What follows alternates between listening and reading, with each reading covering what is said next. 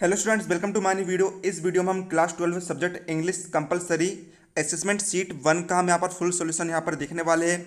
तो आपको वीडियो को पूरा देखना है और प्रत्येक क्वेश्चन को आपको बिल्कुल बारीकी से समझना है। चलिए अब हम वीडियो को बिना किसी देरी का यहाँ पर शुरू करते हैं।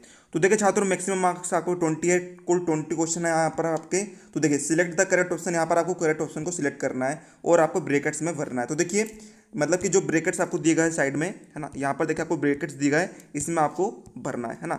तो देखिए यहाँ पर पहले क्वेश्चन आपको दिया है a formal reply is written in, मतलब कि जो फॉर्मल रिप्लाई है वे किस में लिखा जाता है। तो वही लिखा जाता है फॉर्मल, यानी कि जो औपचारिक होते हैं, है ना। जैसे कि मतलब कि आप लिखते हो, कलेक्टर को लिखते हो, अपने स्कूल के प्रिंसिपल को लिखते हो, ये किसके रूप में हम लिखते हैं, इसे हम लिखते हैं थर्ड पर्सन यानी कि तृतीय व्यक्ति के रूप में लिखते हैं। हम उनके लिए तीसरा व्यक्ति होते हैं। दूसरा में दिया है an informal reply is written in. Informal reply जैसे कि हम अपने बहन भाई को पत्र लिख रहे हैं, अपने संबंधी को पत्र लिख रहे हैं, उसे हम किसके रूप में लिखते हैं, फर्स्ट पर्सन के रूप में लिखते हैं, यानी कि हम उनके लिए प्रथम, है ना, प्रत्यक्ष व्यक्तियों में होते हैं, उनके लिए प्रत्यक्ष व्यक्ति होते हैं ना। अब तीसरा क्वेश्चन हमें दिया है what should not be included in formal invitation reply, है ना। मतलब कि जब हम फॉर्मल इनविटेशन लिखते हैं तो हम क्या इंक्लूड नहीं करते हैं, तो हम इंक्लूड नहीं करते हैं नेम एंड डेजिग्नेशन। जो उनका जो नाम होता है, जैसे कि आप प्रिंसिपल को लिख रहे हो तो आप उनका नाम नहीं लिखते हो, आप उनका है ना निजी पता नहीं लिखते हो। अब चौथा क्वेश्चन हमें दिया है why did Saheb's family migrate to India, मतलब कि जो साहिब की जो फैमिली थी वे इंडिया, है ना, वे इंडिया की ओर माइग्रेट क्यों हो गए। तो इसका आंसर होगा number D, sweeping off homes and fields by storms. पांचवा द रेक पिकर्स रिमेन, है ना। रेक पिकर्स को, है ना, रेक पिकर्स यानी जो कचरा उठाते हैं उन्हें, है ना, किस से संबोधित किया जाता है। तो देखिए उनके पास जूते भी नहीं होते हैं, उनके पास एजुकेशन भी नहीं होते हैं और वे फटे कपड़े पहनते हैं। मतलब कि इसका आंसर क्या आएगा, इसका आंसर आएगा आपका ऑल ऑफ दिस, इसका आंसर आ जाएगा। नंबर छठवा गार्बेज यानी कचरा। कचरा क्या है, तो देखिए कचरा, देखिए कचरा किसी के लिए सोना भी होता है और किसी के लिए, है ना, रेप्ड इन बर्डर भी होता है। तो इसका आंसर क्या आएगा, इसका आंसर आएगा नंबर सी का both and A and B, इसका आंसर यहाँ पर आ जाएगा। अब देखिए सातवां क्वेश्चन हमें दिया है साहिब बास नॉट हैप्पी वर्किंग एट, मतलब कि जो साहिब था वह कहाँ पर काम करके खुश नहीं था। तो उसका आंसर है टी स्टॉल में, यानी कि चाय की दुकान पे काम करके खुश नहीं था। आठवां क्वेश्चन हमें दिया है what forces the children to live a life of exploitation, यानी कि जो चिल्ड्रन है वे किसके फोर्स में, है ना, भयानक जिंदगी को जीते हैं।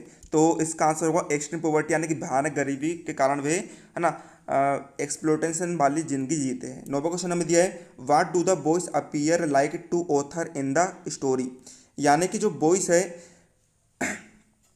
जो बॉयज है, नौवां क्वेश्चन हमें दिया है कि what do the boys appear like to the author in the story. तो इसका आंसर क्या आएगा, इसका आंसर आएगा मॉर्निंग वर्ड्स। 10वां क्वेश्चन हमें यहाँ पर दिया है who employees the local families of Firozabad. तो इसका आंसर आएगा द ग्लास ब्लोइंग इंडस्ट्री, यानी कि जो फिरोजाबाद में लोकल फैमिलीज का व्यापार क्या होता है, किस में काम करते हैं, वे ग्लास बनाने की है ना, ग्लास ब्लोइंग इंडस्ट्री में काम करते हैं। 11वां क्वेश्चन हमें दिया है I know nothing except bangles who said this words, ये जो वाक्य है किसने कहा था। तो ये वाक्य को कहा था, ये वाक्य को कहा था किसने, एक बूढ़े व्यक्ति ने कहा था, ओल्ड मैन ने कहा था। 12वां क्वेश्चन हमें दिया है what makes the working condition of the children worst in the glass industry, मतलब कि मतलब कि जो ग्लास इंडस्ट्री होती है वहाँ पर चिल्ड्रन कौन सी, है ना, कौन सी कंडीशन से गुजरते हैं, कौन सी कंडीशन उनके लिए भयानक होती है। तो देखिए वहाँ पर हाई टेम्परेचर भी होता है और वहाँ पर है ना वे बिना लाइट और बिना एयर के रहते हैं और वहाँ पर, है ना, बिल्डिंग लाइट से उनको खतरा पहुँचने का डर भी रहता है। तो इसका आंसर क्या आएगा, इसका आंसर आ जाएगा ऑल ऑफ दिस। 13वां क्वेश्चन हमें यहाँ पर दिया है व्हाट कंपेल्स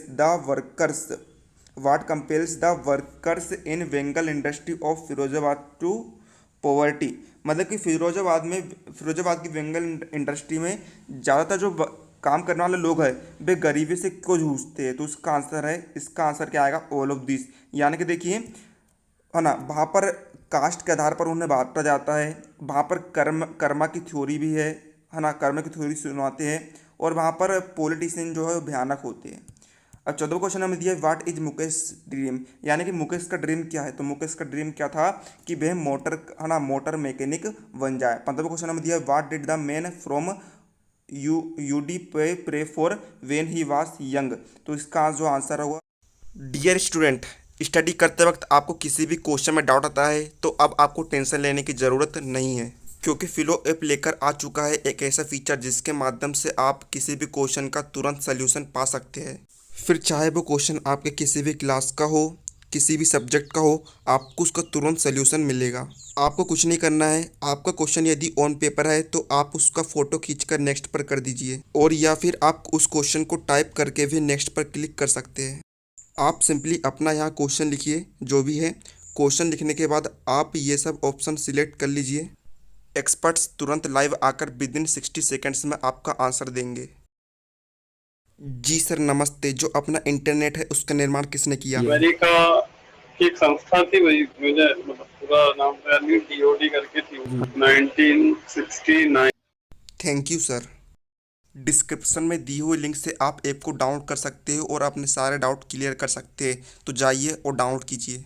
हुआ इसका आंसर क्या होगा? आ पेयर ऑफ शूज, है ना। 16वां क्वेश्चन हमने दिया है the rag pickers have no आरएनटी बट दे हैव, मतलब कि जो रेग पिकर्स होते हैं, जो गरीब होते हैं, जो कचरा उठाते हैं, उनके पास आरएनटी नहीं होती है, पर उनके पास क्या होता है? राशन कार्ड होता है, ताकि वे राशन ले सके। 17वां क्वेश्चन हमें दिया है the frail women in Mukesh house in is his. तो इसका जो आंसर होगा, इसका आंसर क्या होगा? Elder brother's wife. अगला क्वेश्चन हमें दिया है a symbol of Indian women's suhag is, मतलब कि जो भारतीय महिला होती है उसका सुहाग का प्रतीक क्या होता है? उसका सुहाग का प्रतीक होता है क्या? बेंगल्स, यानी कि जो चूड़ियाँ होती है महिला के सुहाग का प्रतीक होता है। वैसे नहीं, इसका जो करेक्ट आंसर आएगा, इसका करेक्ट आंसर आएगा आपका ऑल ऑफ दिस। यानी देखिए जो सिंदूर है वे भी सुहाग का प्रतीक है, बिंदी भी सुहाग का प्रतीक है और बेंगल भी सुहाग का प्रतीक है। ऑल ऑफ दिस इसका आंसर आएगा। 19वां क्वेश्चन हमें दिया है अकॉर्डिंग टू द ऑथर रेग picking has become over the years, यानी जो कचरा ऑथर के अनुसार जो कचरा उठाना है वे क्या बन गया है? वे बन गया है एक कला बन गया है।